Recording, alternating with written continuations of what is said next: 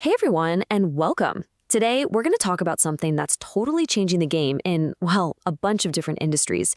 Everything from the ring on your finger to the supercomputers of tomorrow. Yep, we're talking all about lab-grown diamonds. Yeah, I know, it sounds like a riddle, right? But the answer is real, and it's honestly kind of mind-blowing. The thing connecting them is the lab-grown diamond. This incredible piece of science started as just an idea, a dream really, and now it's become this absolute powerhouse of technology. So let's get right into it. All right, first up, a century's dream, the birth of artificial diamonds. So where does a story like this even start? Well, we have to go back more than 100 years. Scientists had this huge, ambitious goal. Could they actually make a diamond, one of the hardest, most sought-after materials on Earth, right inside a lab? You know, when you look at this timeline, what really jumps out is just how long this took. I mean, scientists basically knew the ingredients way back in the late 1800s. You need carbon and you need a ton of pressure and heat. Simple, right? Well, not so much. Actually doing it took decades.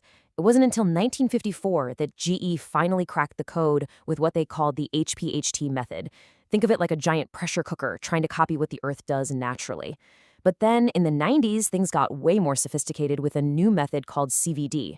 Instead of just squeezing carbon, this was more like 3D printing a diamond, growing these perfect crystals atom by atom.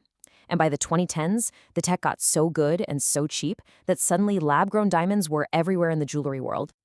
Okay, section 2, more than sparkle, the superpowers of diamonds. Yeah, the history's cool, but believe me, this story is about way more than just pretty jewelry. It turns out the exact same things that make a diamond sparkle also give it these, well, these incredible superpowers that are totally changing the tech world.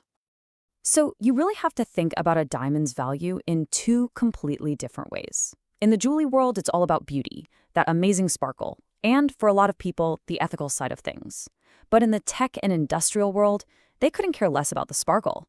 They value it for its sheer strength. It's super hard, it can handle a ton of heat, and it has these really weird quantum properties we'll get into.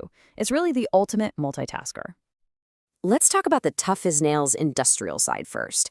Lab diamonds are insanely hard, literally a 10 out of 10 on the hardness scale. That makes them the secret weapon of like all of heavy industry. You see a giant saw blade slicing through concrete or a drill bit just tearing through solid steel. Yeah, there's a really good chance the business end of that tool is coated with tiny industrial-grade lab diamonds. But okay, this is where it gets really cool. The same stuff is also a total high-tech marvel. I'm talking about using it as a heat sink to stop super powerful computer chips from overheating.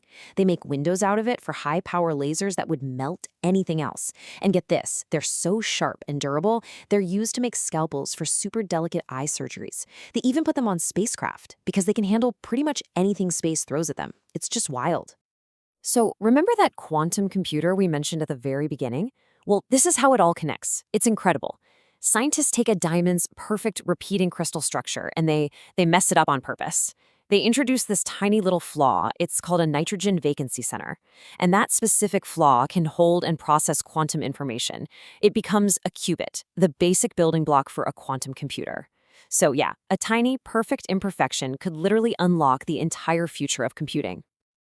Okay, next section. Who dominates the market? With all these mind-blowing uses, you've got to wonder, who's making all this stuff? Let's zoom out and look at the big picture, the global market, and see which countries are really running the show.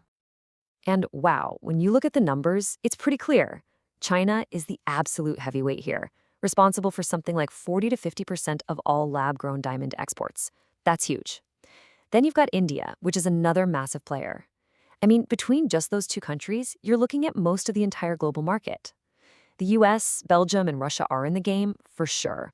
But the real heart of this industry, it's definitely in Asia. But here's the thing, just looking at market share doesn't give you the full picture. What's really interesting is that each of these major players has kind of picked a lane. China, for the most part, is cranking out massive quantities of diamonds for industrial work. You know, the abrasives, the cutting tools. India, with its deep roots in the jewelry trade, is all about polishing gems for the jewelry market. And then you have the US, which has carved out a niche in the really high-tech, cutting-edge applications, like for quantum computing, and also in the super high-end jewelry market. Everyone's got their specialty. All right, let's look ahead. Section 4, Imagining the Diamond's Future. We've covered the history, we've seen all the amazing things they can do, and we know who the big players are. So the question is, where does it go from here? It's pretty clear that this revolution born in a lab is really just getting started.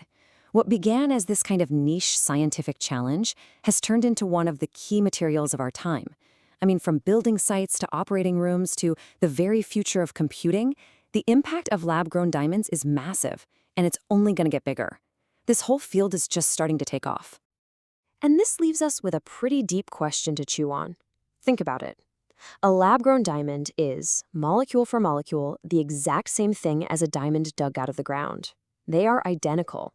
So, when we get to a point where our technology can perfectly copy something from nature, how does that change how we define what's truly precious? What does value even mean then? It's something to think about.